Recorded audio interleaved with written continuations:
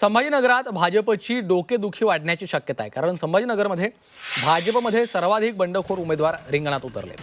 86 भाजपच्या कार्यकर्त्यांनी अपक्ष अर्ज भरला.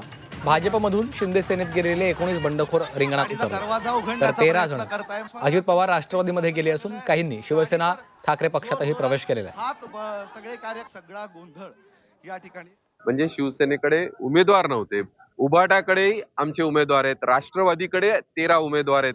तर सगळ्या पक्षांकडे कुणाकडेही स्वतःचा कार्यकर्ता ज्याच्या जागेसाठी भांडलं पाहिजे असा कार्यकर्ता नव्हता.